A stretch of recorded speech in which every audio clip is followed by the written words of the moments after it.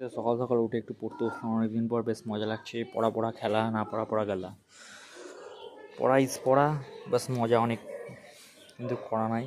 অনেকদিন পর পড়ছি তো মনে হচ্ছে যেন সবই নতুন নতুন লাগে। অবশ্য সেমিস্টারের এন্ডেই পড়ি, এটাই নিয়ম। পরীক্ষা 10 দিন আগে, তো পরীক্ষাটা হোক ভালো করে, ফলো আবারটা বড় হবে এরকম একটা টেন্ডেন্সি আছে, নাহলে পড়তাম না।